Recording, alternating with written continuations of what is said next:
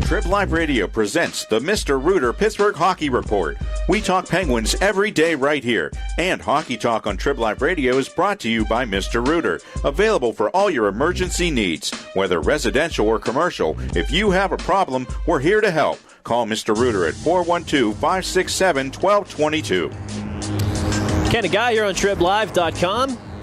Playoffs begin. 8th straight year, Guy Junker. The Penguins are in the postseason. Always a special time of the year in sports. Can't take that for granted. Their second longest run. I certainly still get all pumped up for it. And, there were a lot of lean years where that they didn't exist. Even, I was a little bit surprised last night watching the NHL Network. Dallas, for example, hasn't been in the playoffs. This is the first time in 6 years or whatever. So you do take it for granted when you're in it all the time. But the only teams that have been in more consecutive years right now, Detroit, absolutely incredible, 23 years, and San Jose's been in 9 years in a row. So this has been a good stretch in Penguin history. The Penguins have lost first-round series to Ottawa when they first made the Sidney Crosby entrance into postseason play. And, of course, Tampa beat them without Sid in round one. Philadelphia took them out in round one, sort of unexpectedly. So, they've had pretty good success in early rounds of postseasons, early series and postseason play. But what's the key to this one, Guy, with Columbus, the opponent? Well, they've had good success. When those two guys are healthy, Ken, they've had good success, period. They're 10-5 all-time in series in which both of them play, and they're 8-3 all-time in series in which both of them play, and the Penguins have home ice advantage. So those are some pretty good numbers. For a long playoff run, there are a lot of different keys, and I don't know that we need to talk about that. You want to get through this first round. I just think as long as they work as hard as Columbus, they're going to win. They're a much more talented team even when Columbus is healthy, and they're not. The Penguins are the healthier team. The Penguins are the better team. The Penguins have home ice advantage. I just hope all this stuff doesn't go to their head, and maybe the fact, that so many guys are getting back to playing. They've been chomping at the bit and wanting to play, that there isn't going to be a malaise or, it's Columbus, we beat them 5 straight times, because they're anxious to get out there. And two, they didn't have a good stretch. They didn't have a good finish after the Olympic break. So those two things combined, I don't think they go into this in general with any I don't think there's any chance that they're looking ahead to the Rangers-Flyers winner or that they feel really great about themselves right now. The key, I think, again, though, is Marc-Andre Fleury. Would you go to Zadkov if he really struggles, or would you go to Vakun, who's technically right now the number 3 goalie?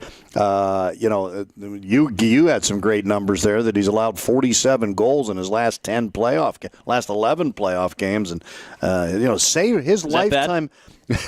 His lifetime save percentage in the postseason, Ken, is .903. I mean, that's so basically in Marc-Andre Fleury's playoff career, he's allowed 1 goal on every 10 shots, and that's way too many. And, he has the right attitude about it. You played some of the interviews with the team bristling about questioning him. They have his back. I think they're in a pretty good spot right now. He's going to give up a goal here or there. Everybody does in the postseason. It's the bad goals. Yes. He can make a great save. It's almost less important for him to make the acrobatic Hasek-like saves that we saw some down the stretch than it is just to stop the easy ones. No, the one-handed slide to the net, not even technically a shot on goal that fakes him out. The puck's, Detroit has spongy boards, and he had some trouble, particularly here. They lost the Cup Finals to the Red Wings. But, it's not just Detroit. I mean, he's had pucks bounce off the boards at Consol Energy Center. If the first goal tonight bounces off the boards, hits him in the rump, and goes in the net, they got problems. I mean, and just because he has a great first game doesn't mean all the demons are gone. He had a shutout in the first game against the Islanders last year, and by the 4th game, he was gone. The Penguins are 9-1-1 in their last 11 against Columbus. Now, you're a Penn State grad. Is there any baseline dislike for Ohio State in your blood that would carry you? I mean, this is not a rivalry yet. The league would love it to be one. Well, you're trying to force some hatred in there somewhere. Ohio State's certainly not one of my favorite teams. I got a bunch of friends that went to Penn State that not anymore, but they used to travel a lot and go to away games. Never got treated very well. Always talked about going to the big house. Did they deserve it? In Michigan, the fans in Michigan are hospitable and nice and tailgate with you and then kick your butt. People at Ohio State are jagoffs. Okay, good. Central Ohio jagoffs. Yeah. Then that gets your blood going. Buckeye especially jagoffs. If they win one in this series early. Then and most of them have illegal tattoos, too. So Ken and Guy, TribLive.com.